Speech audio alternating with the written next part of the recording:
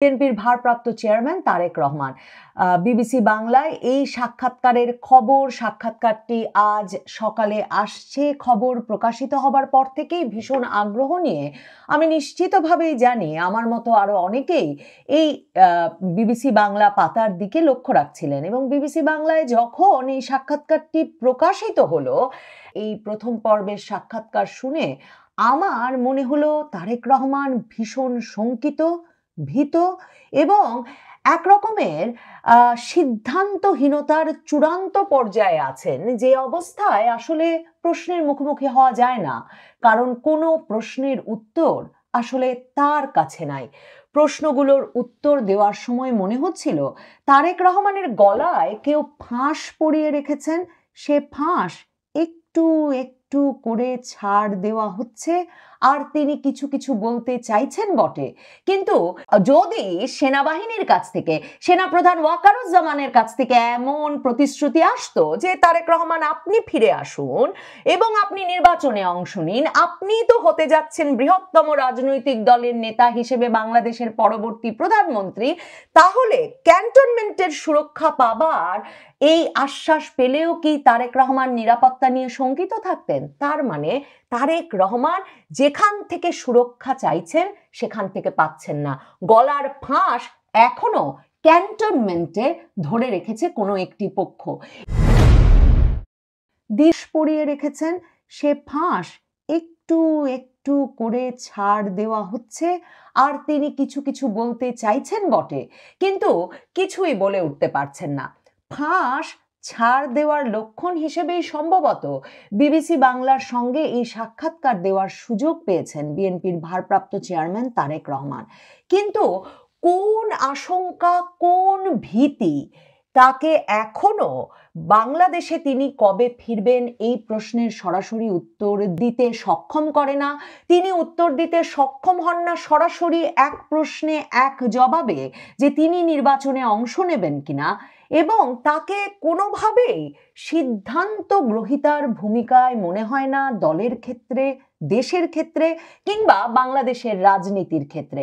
এই অসহায় পরিস্থিতি তারেক রহমানের চলছে, সেটা এক বছরেরও বেশি সময় তিনি না ফেরার পর ধারণা করে বলছিলাম বটে, কিন্তু এই সাক্ষাৎকার যদি আপনিও শোনেন, আমার মনে হয় একজন ভীষণ নার্ভাস, বিব্রত এবং অন্য কারো হাতে যার চাবিটি রয়েছে সেরকম একটি ব্যক্তির ছবি স্পষ্ট হয়ে ওঠে। তারেক রহমানকে এই সাক্ষাৎকারে স্বাভাবিকভাবেই বিবিসি বাংলা প্রশ্ন করেছিল যে এক বছরের বেশি সময় হাসিনা সরকারের পতন হবার পরেও আপনি এখনো দেশে ফেরেননি কেন, কেন আপনি এখনো দেশে ফেরেননি? তখন তারেক রহমান উত্তরে বলছেন, কিছু সঙ্গত কারণে হয়তো ফেরাটা হয়ে ওঠেনি এখনো, তবে সময় তো চলে এসেছে মনে হয়, ইনশাল্লাহ দ্রুতই ফিরে আসব। বিবিসি বাংলা জিজ্ঞেস করে, সেটা কবে, আমরা কি জানতে পারি? তারেক রহমান, দ্রুতই মনে হয়, দ্রুতই ইনশাল্লাহ। বিবিসি বাংলা, নির্বাচনের আগে কি তাহলে আপনি দেশে আসবেন এমন সম্ভাবনা বলা যায়? তারেক রহমান তখন উত্তর দিচ্ছেন, রাজনীতি যখন করি আমি একজন রাজনৈতিক কর্মী হিসেবে স্বাভাবিক, নির্বাচনের সাথে রাজনৈতিক দল, রাজনৈতিক কর্মীর একটা ওতপ্রোত সম্পর্ক, কাজেই যেখানে একটি প্রত্যাশিত, জনগণের প্রত্যাশিত নির্বাচন হবে, সেই নির্বাচনের সময় কেমন করে দূরে থাকবো? আমি তো, আমার সর্বোচ্চ চেষ্টা থাকবে, ইচ্ছা থাকবে, আগ্রহ থাকবে, সেই প্রত্যাশিত, যে প্রত্যাশিত নির্বাচন জনগণ চাইছে, সেই প্রত্যাশিত নির্বাচন যখন অনুষ্ঠিত হবে জনগণের সাথে, জনগণের মাঝেই থাকবো ইনশাল্লাহ। দেখেন তারেক রহমান তার মানে একটা সঙ্গত কারণে দেশে ফেরা হয়ে ওঠেনি, গত এক বছরের বেশি সময় ধরে বলছেন, সঙ্গত কারণটা বলছেন না। তার মানে শেখ হাসিনা সরকার তার দেশে ফেরার পথের মূল বাধা ছিল না। তার মানে তারেক রহমান ভাবছেন না যে এই ইউনূস সরকার, এসব বিশ্লেষণ এতদিন ধরেও তারেক রহমানের আচার আচরণে পরিষ্কার ছিল, কিন্তু আজকে তার সাক্ষাৎকারে তার ভেতরের বিশ্বাসটাও পরিষ্কার যে তারেক রহমান তার মানে এমন ভাবনার মধ্যে থাকবার তার কোনো কারণ ঘটেনি যে ইউনূস সরকার বা ওয়াকারুজ্জামানের সমর্থিত যে ইউনূস সরকার, এই সরকার আসলে তাদের সরকার বা এই সরকারের আমলে দেশে ফেরা তার জন্য নিরাপদ হবে। তার মানে সঙ্গত কারণটা কি? ওই যে বললাম, তারেক রহমানের গলার ফাঁসটা কেউ ধরে রেখেছেন, সেটা বলবার সাহস করলেন না তারেক রহমান। তারেক রহমান দ্রুতই ফিরবো ইনশাল্লাহ বললেন, এবং বলবার পর নির্বাচনের সময় কি ফিরবেন এমন প্রসঙ্গ উঠবার পর তিনি বললেন, যদি প্রত্যাশিত নির্বাচন হয়, যে নির্বাচন জনগণ প্রত্যাশা করছে, তাহলে আমার সর্বোচ্চ চেষ্টা থাকবে, ইচ্ছা থাকবে, আগ্রহ থাকবে রাজনৈতিক কর্মী হিসেবে যে আমি সে সময় জনগণের মাঝেই থাকবো। তার মানে তারেক রহমান এখনো গ্রিন সিগন্যাল পান নাই নির্বাচন হবে। তারেক রহমান এখনো বিশ্বাস করতে পারছেন না যে যে নির্বাচন হবে সে নির্বাচন তার ভাষার প্রত্যাশিত নির্বাচন হবে, এবং সে নির্বাচনটিতে তারা লেভেল প্লেইং ফিল্ড বা এমন একটা নিরাপদ পরিবেশ পাবেন যেখানে তার আশা যথাযথ হবে বা তার নিরাপত্তার কোনো ঝুঁকি থাকবে না। বিবিসি বাংলা তাকে জিজ্ঞেস করছে, আপনি আপনার বিষয়ে নানা রকম নিরাপত্তার শঙ্কার কথা শুনছিলাম, আপনার দলের নেতাদের কেউ কেউ কখনো কখনো বলেছেন, আপনি কি কোনো ধরনের শঙ্কা বোধ করছেন? তারেক রহমান বলছেন, বিভিন্ন রকম শঙ্কার কথা তো আমরা অনেক সময় বিভিন্ন ব্যক্তির কাছে তো শুনেছি, সরকারেরও বিভিন্ন ব্যক্তির কাছ থেকেও অনেক সময় অনেক শঙ্কার কথা বিভিন্ন মাধ্যমে বিভিন্ন মিডিয়াতে প্রকাশিত হয়েছে। তার মানে তারেক রহমান বলছেন না যে শেখ হাসিনার পতন হয়ে গেছে, আমার আর নিরাপত্তার শঙ্কা কি, আমি জনগণের মাঝে ফিরে যাব, আমরাই তো ইউনূস সরকারকে বসিয়েছি, সেনা প্রধানের সঙ্গে আমার কথা হয়েছে, সেনা প্রধান ইউনূস সরকার বলেছেন নিরাপত্তার কোনো শঙ্কা নেই, এরকম কোনো আশ্বাস পান নাই তারেক রহমান। এবং সে কারণে তারেক রহমান সঙ্গত কারণেই দেশে ফিরতে পারছেন না বলছেন, সর্বোচ্চ চেষ্টা আগ্রহের কথা বলছেন, এবং বলছেন নিরাপত্তা শঙ্কার কথা গণমাধ্যমেও শুনেছেন, সরকারের বিভিন্ন জনের কাছেও শুনেছেন। বিবিসি বাংলা তাকে জিজ্ঞেস করে, আপনাকে কি আমরা প্রধানমন্ত্রী পদের প্রত্যাশী হিসেবে দেখতে পাবো নির্বাচনে? তারেক রহমান তখন আবারও বলেন, আমার মনে হয় আপনি প্রথম দিকে বোধহয় একটা প্রশ্ন করেছেন, আমি ওখানে বলেছিলাম স্বাভাবিকভাবে আমি একজন রাজনৈতিক দলের সদস্য, রাজনৈতিক কর্মী, জনগণের সম্পৃক্ত এরকম একটি নির্বাচন হবে, সেখানে তো অবশ্যই আমি নিজেকে দূরে রাখতে পারবো না, আমাকে আসতেই হবে, স্বাভাবিকভাবেই আমি মাঠে থাকবো ইনশাল্লাহ। তখন বিবিসি বাংলা আবারও সুনির্দিষ্টভাবে এই প্রশ্নটি করেন যে কিন্তু আপনি নির্বাচনে অংশ নেবেন কিনা সেই সিদ্ধান্ত তো আপনাকে নিতে হবে। তখন তারেক রহমান বলেন, না না, সেটি তো নেব, কেন নেব না, অবশ্যই নেব। বিবিসি বাংলা উনার কথার সুরে আপনিও পাবেন না আস্থা, বিবিসি বাংলার সাংবাদিকও আস্থা পান না। তিনি আবারও জিজ্ঞেস করেন, আপনি নির্বাচনে অংশ নিচ্ছেন তাহলে? তারেক রহমান বলেন, জি ইনশাল্লাহ। দেখেন, বিবিসি বাংলার সম্পাদক মীর সাব্বির আর সিনিয়র সাংবাদিক কাদির কল্লোল এই সাক্ষাৎকারটি গ্রহণ করেছেন। মীর সাব্বির প্রথম প্রশ্ন হিসেবেই জিজ্ঞেস করেছিলেন যে আপনি গণমাধ্যমে সাক্ষাৎকার দেন না কেন, বিশেষ করে আবারও তিনি বলছেন, কারণ মানে শেখ হাসিনার 15 বছরে তাকে দমন করে রাখা হয়েছিল, তার কথা প্রচার করতে দেওয়া হয়নি, তার দেশে আসার পরিবেশ ছিল না, এসব কথা বলবেন জেনেই নিশ্চয়ই মীর সাব্বির কাদির কল্লোল সাক্ষাৎকার নিতে বসেছেন। কাজেই তারা সুনির্দিষ্টভাবে প্রশ্ন করেছিলেন যে আপনি এই যে মানে এতদিন ধরে কেন আপনি কথা বলেননি, বিশেষ করে গত 1 বছরে আপনি গণমাধ্যমের সঙ্গে কথা বলেননি কেন?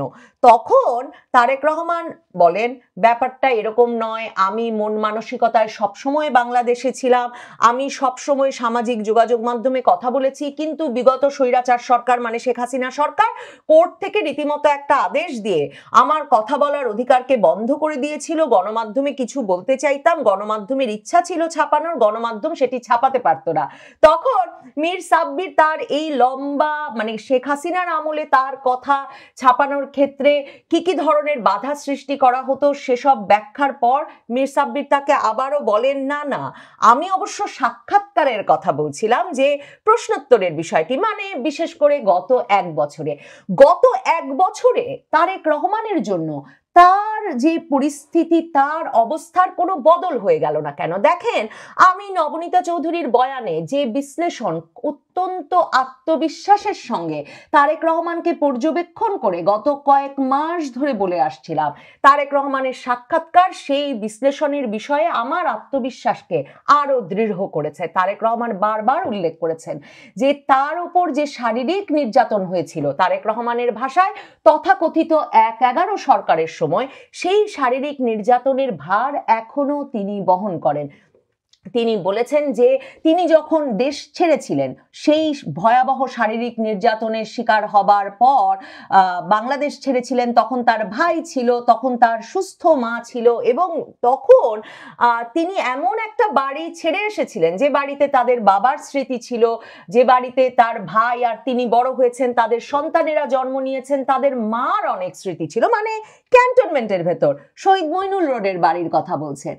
এখন পুরো সাক্ষাৎকারটা পড়লে আপনি বুঝবেন যে যে ভয়াবহ নির্যাতনের শিকার হয়েছিলেন তারেক রহমান, তারেক রহমানের সে ভয় কাটেনি। তারেক রহমানের তখন তারেক রহমান নিজে আদালতে হাজির হয়ে সে সময় কথা বলে সারা পৃথিবীতে আন্তর্জাতিক সংবাদ মাধ্যমে এই সংবাদ এসেছিল যে তারেক রহমানকে দিনের বেশিরভাগ সময় উল্টো করে বেঁধে পেটানো হতো এবং তার মেরুদণ্ডের অনেকগুলো হাড় ভেঙে গিয়েছিল সে সময়, এবং তিনি কিন্তু আর উঠে সোজা হয়ে দাঁড়াতে পারছিলেন না। তো সেই তারেক রহমান যে আবারও দেশে ফিরলে নির্যাতনের শিকার হবেন না, তার মানে সে গ্যারান্টি তিনি এখনো পান নাই। এই যে সঙ্গত কারণে বলছেন, যাদের কাছে মুচলেকা দিয়ে এটা লিপিবদ্ধ আছে মওদুদ আহমেদের ভাষ্যে এবং খালেদা জিয়ার বক্তব্যে, যে তিনি আপাতত তার পুত্রকে বলেছেন তার পুত্র আপাতত রাজনীতি করবে না, এই মানে এই কথা তিনি বলেছেন যথাযথ কর্তৃপক্ষকে, মানে তথাকথিত ১/১১ কর্তৃপক্ষকে, এবং তার ভিত্তিতে তারেক রহমান বিদেশ যাওয়ার সুযোগ পাচ্ছে। তো সেই মুচলেকা যাদের কাছে দিয়েছিলেন তারেক রহমান, তাদের কাছ থেকে তিনি এখনো গ্রিন সিগন্যাল পান নাই। কারণ প্রশ্ন তো করতে হয়, শহীদ মইনুল রোডের যে বাড়ি থেকে তারেক রহমান খালেদা জিয়াকে বের করে দেওয়া হলো এবং যার জন্য দোষ দেওয়া হয় শেখ হাসিনা সরকারের ওপর, শেখ হাসিনা সরকারের পতন হয়ে গেছে, বাংলাদেশের সেনাবাহিনী, সাবেক এই সেনা শাসক, রাষ্ট্রপতি, সেনা প্রধান, প্রেসিডেন্ট জিয়ার পরিবারকে ক্যান্টনমেন্টে আবারও সুরক্ষিত একটি বাসভবনে কেন নিয়ে যাচ্ছে না? যদি সেনাবাহিনীর কাছ থেকে, সেনাপ্রধান ওয়াকারুজ্জামানের কাছ থেকে এমন প্রতিশ্রুতি আসতো যে তারেক রহমান আপনি ফিরে আসুন এবং আপনি নির্বাচনে অংশ নিন, আপনি তো হতে যাচ্ছেন বৃহত্তম রাজনৈতিক দলের নেতা হিসেবে বাংলাদেশের পরবর্তী প্রধানমন্ত্রী, তাহলে ক্যান্টনমেন্টের সুরক্ষা পাবার এই আশ্বাস পেলেও কি তারেক রহমান নিরাপত্তা নিয়ে শঙ্কিত থাকতেন? তার মানে তারেক রহমান যেখান থেকে সুরক্ষা চাইছেন সেখান থেকে পাচ্ছেন না। গলার ফাঁস এখনো ক্যান্টনমেন্টে ধরে রেখেছে কোনো একটি পক্ষ, এবং ইউনূস সরকার সেই খেলাটা তার সঙ্গে খেলছেন। কাজেই তারেক রহমান জানেন না তিনি আদৌ দেশে ফিরতে পারবেন কিনা। তারেক রহমানকে ফেব্রুয়ারির নির্বাচন নিয়ে প্রশ্ন করা হয়েছিল, তিনি বলেছেন তারা আশা করছেন সরকার সবগুলো যথাযথ পদক্ষেপ নেবে ফেব্রুয়ারির নির্বাচন আয়োজনের জন্য। সেই প্রশ্নের উত্তরটি শুনলেও বুঝতে পারবেন, তারেক রহমানও বুঝতে পারছেন আপনার আমার মতোই, যে ফেব্রুয়ারিতে নির্বাচন এখন পর্যন্ত কোনো তোড়জোড় নেই। এমনকি বাংলাদেশের অন্যতম প্রধান রাজনৈতিক দলের প্রধান নেতা তারেক রহমান, যিনি বলছেন যে তার সর্বোচ্চ চেষ্টা থাকবে নির্বাচনের সময় আসবার জন্য, তার নির্বাচনের বাকি আছে এখন অক্টোবর মাস, নভেম্বর, ডিসেম্বর, জানুয়ারি, ফেব্রুয়ারিতে নির্বাচন, 3 মাস, 3.5 মাস। তিনি এখনো জানেন না তিনি কবে দেশে ফিরতে পারবেন। তার মানে নির্বাচনটি হবে কিনা, আর হলে তারেক রহমানের ভাষায় প্রত্যাশিত হবে কিনা, সে নিয়ে গুরুতর সন্দেহ আছে তারেক রহমানের ভেতর। তারেক রহমানের সাক্ষাৎকারের প্রথম পর্ব এটা। এই সাক্ষাৎকারটি দেখবার পর দ্বিতীয় পর্বে তিনি দারুণ মানে ডিসাইসিভ সিদ্ধান্ত গ্রহণকারী বা বাংলাদেশের রাজনীতিতে মোড় ঘোরানো কোনো মন্তব্য করবেন বলে আপনি আশা করবেন কিনা আমি জানি না, আমি তেমনটা প্রত্যাশা করছি না। আমার মনে হয়েছে শারীরিকভাবে ওই যে মেরুদণ্ড ভেঙে ফেলা হয়েছে তারেক রহমানের, সেই ট্রমা, সেই আতঙ্ক মানসিকভাবে, মানে একজন প্রেসিডেন্টের পুত্র, প্রধানমন্ত্রীর পুত্র, সেই শারীরিক নির্যাতনের ট্রমা যেমন তিনি কাটিয়ে উঠতে পারেননি, তিনি এই বিশ্বাসও এখন পর্যন্ত ফিরে পাননি যে এই ঘটনার মধ্য দিয়ে বাংলাদেশে ফিরলে তাকে আরেক দফা যেতে হবে না। আমার মনে হয়েছে কেউ একজন, কোনো একটি পক্ষ ক্রমাগত তাকে এই ভয় 17 বছর ধরে দেখিয়ে যাচ্ছে যে তিনি দেশের বাইরে আছেন বটে, কিন্তু সুতো ছেড়ে বেশি দূর যেতে চাইলেই সুতোয় টান পড়বে এবং এর ফল ভালো হবে না।